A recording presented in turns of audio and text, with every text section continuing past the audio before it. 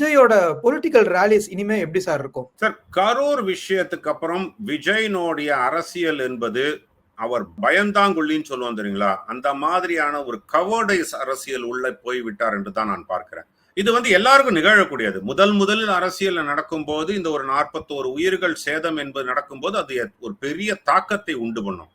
ஆனால் ஒரு தலைவன் என்பவனுக்கு அதை மீறி வெளி வரும்போது தான் தலைவன் ஆக முடியுமே தவிர, அது உள்ள ஒரு கக்கூன் உள்ள போனாங்கன்னா அவரை நாம் தலைவர் என்று ஏற்றுக்கொள்ளக்கூடிய இடத்துல இல்லை.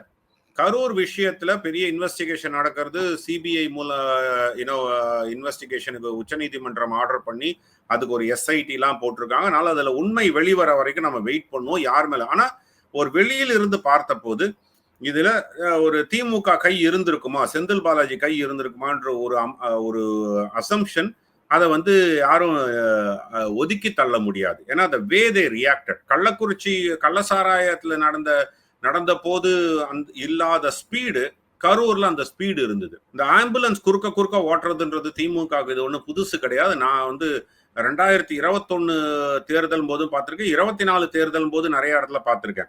21வது இங்க எடப்பாடி பழனிசாமி ஆட்சியில் இருக்கலாம் சொல்லலாம். 24 தேர்தல் போது பல இடத்துல பார்த்திருக்கேன். நான் அந்த ஆம்புலன்ஸ் குறுக்கால விடுறது இதெல்லாம் ஒரு கைவந்த கலை அது. ஆனா அதே மாதிரி பாத்தீங்கன்னா அன்பில் மகேஷ் பொய்யாமொழியினுடைய அந்த அழுகை இதெல்லாம் மக்களிடம் எடுபடவில்லை. மிகப்பெரிய அதெல்லாம் அது ஒரு பெரிய ஒரு தாக்கத்தை ஏற்படுத்தும், நமக்கு அது ஒரு இதுவா இருக்கும் அப்படின்னு எதிர்பார்த்தது மக்களிடம் எடுபடாம திமுக மேலதான் அந்த கோபம் மாறித்து. இதனை விஜய் தன்னுடைய அரசியலுக்கு பயன்படுத்தி கொள்ள தவறிவிட்டார்.